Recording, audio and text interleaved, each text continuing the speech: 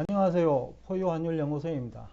이번 시간에는 1년 이상 주식을 투자하고자 하는 분들은 성장성 중심으로 해야 될 것이냐 아니면 수익성 중심으로 해야 될 것이냐 라는 주제를 가지고 나왔습니다. 단기적으로 보면 성장주에 투자해도 되죠. 반짝 상승하고 수익성이 되지 않더라도 또 주가가 올라갈 수 있으니까요. 근데 1년 이상 주식을 투자하고자 한다면 성장성보다는 수익성 중심으로 해야 되지 않느냐라는 것이 포유환율연구소의 철학입니다. 지난해 이제 그 초지요. 우리 국내 투자자들 이구동성으로 테슬라, 엔비디아 얘기했죠. 또 뭐 교수 중에는 NFT, 메타버스, 비트코인 이런 주식을 강조하시는 분도 있었죠. 그런 분들이 지난 1년 동안 어떻게 보면 실패했다고 봐도 되죠. 투자자도 실패했지만은 그 방송 채널 이용자를 대상으로 어떻게 보면 설득한다거나 제한한다라는 표현이 맞겠죠. 거기서도 실패한 거죠. 그런데 이제 피상적으로 보면 금리 인상 때문에, 금리 상승 때문에 그 주가가 내린 것으로 이해가 다 하고 있죠. 그런데 피상적이라는 거죠. 그런데 좀 더 구체적으로 보면 금리의 문제가 아니에요. 다우존스 같은 경우에는 올라간 거 많고, 특히 그 에너지 관련 주식들 많이 올랐죠. 그러면 그런 주식들은 그 금리에 올리면 부정적 영향을 안 받나요? 받는다라는 거죠. 그러면 금리의 문제는 피상적인 얘기고, 보다 근본적인 얘기는 수익성이 수반 안 됐다는 거죠. 포유환율연구소가 지난해 초에 가장 인기가 있었던 테슬라, 엔비디아 주식 매도 의견을 낸 것도 수익성 문제죠. 결국 그 당시 주가를 설명하지 못하는 수익성이었다는 거죠. 수익성이 수반되지 않는 기업은 아닌데 그 주가를 설명할 수 없는 수익이었다. 그래서 빠진다라는 논리거든요. 금리의 문제는 그 지엽적인 문제라는 거죠. 근본적인 건 아니고, 근본적인 것은 수익성이다. 금리를 올려도 수익성만 받침된다면 에너지 관련 주식처럼, 그리고 그 다우존스 주식처럼 조금 빠지거나 오히려 오를 수 있다라는 거죠. 그래서 오늘 주제의 핵심이 그 성장성과 수익성 중 어느 걸 택할 것이냐. 장기 투자자 입장에서는 수익성을 택해야 됩니다. 물론 성장 기업이 가격이 낮을 때 들어갔다면 괜찮지만 물론 수익성도 같이 동반해야 되겠죠. 2차전지 역시 마찬가지라고 봅니다. 원래 화두가 대부분 2차전지인데 포유환율연구소가 성장성은 인정해요. 2차전지 분야가 전기자동차뿐만 아니고 어떤 충전식 전지가 아무래도 한번 쓰고 버리는 그 일회용 전지보다는 그 발전된 전지니까요. 그러면 시장은 커지고 있는 건 확실하다. 그렇지만 수익성은 어머니다는 거죠. 그래서 이유가 이제 몇 가지가 있는데 우선 생각나는 거 세 가지만 적었어요. 우선은 배터리 수요자가 있을 거 아닙니까? 생산자는 공급자인데 지금 공급자는 많아요. 그리고 국내 정권 전문가들이 얘기하는 것도 다 공급 중심이에요. 수요자 중심으로 얘기하는 그 정권 전문가는 거의 없는 것 같아요. 그래서 수요자가 어떻게 이제 그 적응할 것이냐. 그 수요자가 기업이라면 더군다나 예를 들어서 자동차 회사도 그 전기차 기업이죠. 또 다른 분야도 기업일 수 있다는 거죠. 배터리 수요자가. 그러면 기업이라면 어떤 선택을 할 것이냐, 즉 어떤 기업이 생산한 배터리를 선택할 것이냐 굉장히 중요하죠. 배터리 생산 기업은 많는데, 즉 2차전지 업체는 많다 이거죠. 또 거기에 부품을 납품하는 그 또 기업도 많죠. 일종의 하청회사죠. 근데 그것이 그 생산업체, 그 2차전지 최종 생산물을 그 공급하는 업체와 운명을 같이 하죠. 그러니까 이게 수익성이 보장되지 않는 부분이죠. 그러니까 수요자가 어떤 배터리를 선택할지가 굉장히 중요한데, 더군다나 이제 배터리 시장이 아직도 기술을 발전 중에 있어요. 폭발 문제도 있고, 충전의 시간 문제도 있고, 또 한번 충전하면 거의 시간의 문제가 있고, 얼마나 지속될 수 있는지 그런 문제. 그 다음에 양극재와 음극재의 문제. 음극재는 또 질에 관한 문제죠. 근데 우리 대부분 양극재 중심으로 시장이 발달되어 있거든요. 근데 음극재 쪽은 뭐 국내에서 그렇게 발달되지 않고 대부분 뭐 일본에서 수입을 하거나 중국에서 수입을 하고 있는 그런 행편이죠. 그래서 음극재도 그 탄소 흑연이죠. 흑연을 가지고 이제 음극재를 생산할 것이냐, 아니면 또 실리콘으로 가지고 갈 것이냐. 지금 여러 가지 이제 발전 단계에 있단 말이죠. 최종적으로 어느 것이 글로벌 스탠다드 기준이 될 수 있는지 알 수 없는 거예요. 그러면 글로벌 스탠다드에서 빠지는 기업은 지금 2차전지 중에서 수익성이 있다 하더라도 장기적으로는 또 어머니죠. 그 다음에 글로벌 스탠다드로 선택된 하더라도 마진율, 즉 그 수요자가 기업이라면 그 마진을 보장해 줄 것이냐. 대부분 한 4% 보장해 준다면 큰 메리트 없거든요.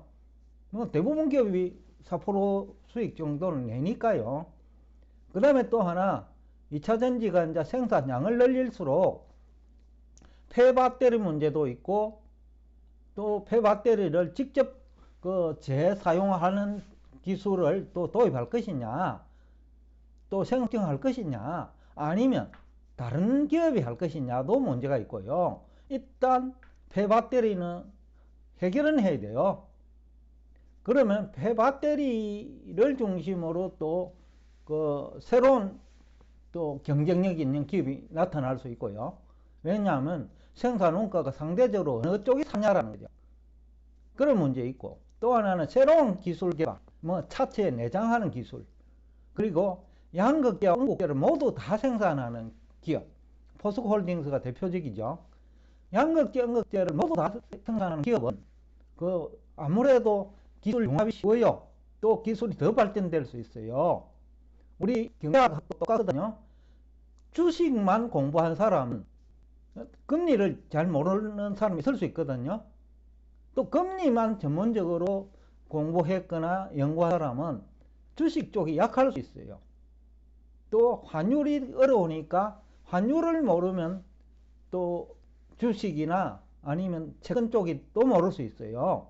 즉 상장기업의 영업 실적에 환율이 미치는 영향이 가장 크거든요. 2차전지도 마찬가지라고 봅니다. 앞으로 매출액 마진율이 4%밖에 안 된다면 결국은 환율의 문제일 것이다. 환율에 어떻게 대응할 것이냐. 환율은 1년에 뭐 10%도 변동할 수 있으니까요. 매년 평균 10% 변동해요. 그러니까 적응 능력이 있느냐면 없느냐의 문제라는 거죠. 결국은 이게 2차전지도 그 마진율을 4% 정도밖에 확보 못한다면 결국은 평범한 주식이 되고 마는 거예요. 결국 수익성을 수반할 수 있느냐. 그래서 보유환율연구소가 최근에 LG에너지솔루션은 매출액 마진율이 4% 정도밖에 안 된다. 지난 4분기 그 매출액이 8조 얼마 되는 8조 몇천억이더라고요. 근데 4%로 적용하면 순이익하고 얼추 비슷하거든요. 그러니까 4%밖에 안 되는 거예요. 근데 그것도 올 4분기 환율이 좋아가지고 4%가 나왔다라는 거죠. 근데 환율에 마이너스 영향을 받는다면 일반적으로 대응 능력은 없으니까요. 그렇다고 하면 3들거든요. 그런데 지금 주가는 보면 매출액 마진율이 한 20, 30% 되는 것처럼 반영하고 있다는 거예요. 30% 나와야 38, 24 해가지고 한 10배, 그죠? 10배는 나와야 주가가 설명이 되는 거죠. 그래서 적정 주가는 6만원밖에 안 된다는 거죠. 4% 마진율 가지고는. 그래서 지금 47만원, 8만원 너무 비싸다. 그래서 주가가 기술적으로 반등한 공매도 하면 성공 확률 거의 95% 이상이다. 그런 취지에서 제가 공매도 의견을 낸 거고요. 또 하나, 2차전지 뿐만이 아닙니다. 수익성이 있는 기업은 어느 분야든지 경쟁해서 등장합니다. 테슬라를 제가 그 매도 의견을 내면서도 그 경쟁회사를 얘기했거든요. 기존의 자동차 회사도 경쟁회사가 될 수 있고, 애플도 경쟁회사가 될 수 있고, 즉 돈이 된다면 경쟁회사 등장은 필연이다. 그렇다면 장기적인 수익성 유지가 의문이라는 거죠. 그런데 그 대표적인 분야가 2차전지 분야예요. 기술은 발전 중에 있고, 구체적으로 하면 충전 기술, 즉 충전을 얼마나 빠른 시간에 할 수 있느냐의 문제, 그리고 얼마나 오랫동안 사용할 수 있느냐, 즉 추위에 견딜 수 있느냐의 문제, 그 다음에 성능도 얼마나 빠른 시간에 그 차트에 동력이 전달되느냐의 문제, 여러 가지 성능이 있겠죠. 그 다음에는 효율이죠. 비용까지 감안한 효율, 저비용으로 충전 시간도 줄이고 성능도 업그레이드 해야 되겠죠. 그래야 수익성이 요구되겠죠. 수익성이 수반된다는 거죠. 그래도 불구하고 국내 정권 전문가들 대부분 성장성만 강조했죠.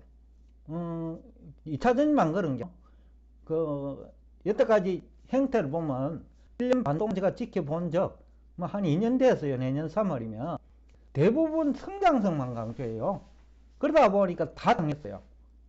지난 2022년에 LG 에너지 솔루션도 결국은 성장성은 인정하지만은 수익성은 4%밖에 안 되는데 그것도 환율 덕택이었다. 근데 환율이 내년 1분기만 하더라도, 원래 1분기만 하더라도 지난해 4분기만 그만돼요. 100원 정도 빠져버렸거든요. 지금 오늘 날짜로. 그러니까 그저 안 나온다는 거죠. 매출액이 늘었어요. 그러니까 결국은 중장기적으로는 성장보다는 수익성인데, 그러면 투자자를 어떻게 대응해야 될까요? 성장성은 알아요. 왜? 정권 전문가들이 다 얘기하니까 그거는 쉽게 판단도 쉬워요. 성장할 수 있다는 거는 전공이 아니더라도 정부가 그 2차 전지 수요를 늘리는 쪽으로는 얘기해요. 그야 친환경이니까 결국은 그 전기 수요가 많은 쪽으로 가는데, 그러면 전기 수요가 많으니까 2차 전지 그 시장이 커지는 거는 맞아요. 그런데 수익성이 보장이 안 된다면 그건 또 별개 문제예요. 한때 대우그룹이 그 3대 재벌까지 성장했지만은 결국은 부도나 버렸잖아요. 파산했다는 거죠. 마찬가지로 2차전지 업체도 지금 기술이 정착 단계에도 아직 도달하지 않았기 때문에 지금 성장하는 주식도 경쟁에서 도태될 수 있고, 또 양극재만 생산하는 업체는 양극재와 음극재를 동시에 생산하는 업체보다 경쟁력이 떨어질 수 있어요. 왜냐하면 우선은 원가 부담이 상대적으로 한쪽만 생산하는 것보다 크거든요. 그래서 포스코 홀딩스가 그런 점에서는 국내에서는 가장 경쟁력이 있다라는 거죠. 물론 재벌 그룹인 것 경쟁력이지만은, 그러니까 이제 우리가 어떤 그 투자 대상을 선택할 때 한쪽만 보면 안 된다라는 거죠. 지금까지 양극재 중심의 그 소재, 그러니까 각광을 받았다면 지금 질을 높이는 것, 거의 배터리 질을 높이는 것은 음극재 분야거든요. 그런데 음극재는 대부분 수입에 의존하고 있단 말이죠. 그러니까 그것이 경쟁력이 우선 없잖아요. 원래 환율이 높으면 수입을 해야 되니까. 근데 자체적으로 음극재도 생산할 수 있다 하면 상당히 메리트가 크겠죠. 그러니까 도태될 수 있다는 거죠. 양극재 회사도 도태될 수 있고 음극재만 하는 회사도 도태될 수 있다. 그런데 국내에는 대부분 양극재니까 양극재, 음극재를 동시에 생산하는 포스코 홀딩스의 지금은 유리하다 할지라도 중기적으로는 밀릴 수 있다는 거죠. 그래서 현재 주가가 5년치를 반영한 그런 주식 많잖아요. 제가 일전에 그 얘기를 했어요. 2차전지 주식 중에 10개가 있다고 하면 한 8개는 거품이다. 한두 개만 그래도 괜찮다. 그래서 이제 2차전지는 테마주이기는 하지만은 제대로 종목 선정을 해야 되는데, 오늘 제가 하는 이 얘기가 여러분의 투자 결정에 도움이 될 거라고 지금 확신합니다. 2차전지 뿐이 아니고요. 결국 수익성 중심을 해야 되고, 현재 수익성이 있는 주식도 경쟁회사 성장으로 장기적으로 수익성을 유지할 수 있을지는 의문이에요. 그래서 정권 전문가들 중에 주가가 100배 올라간다? 사기꾼이에요. 예? 100배 올라가면 시간이 걸리잖아요. 그리고 기술에 또 교체가 있을 거고, 또 경쟁에 밀릴 수도 있고, 그러니까 100배 올라가기도 전에 부도날 기업이 많아. 예? 3배 정도 가기도 전에 부도날 기업도 있다는 거죠. 그런 측면에서 이제 우리가 시장을 접근해야 되는 거 아니냐. 그 정권 전문가들이 얘기하는 성장성 보고 가다가는 2022년 테슬라, 엔비디아, 특히 NFT, 메타버스처럼 폐가망신할 수 있다. 그래서 여러분들은 투자에서 결정을 할 때 항상 성장성 플러스 수익성 두 개 중에 어느 것이 더 중요하다고요? 수익성이 훨씬 더 중요하다. 성장성은 그냥 보너스 정도로 생각을 해야 된다.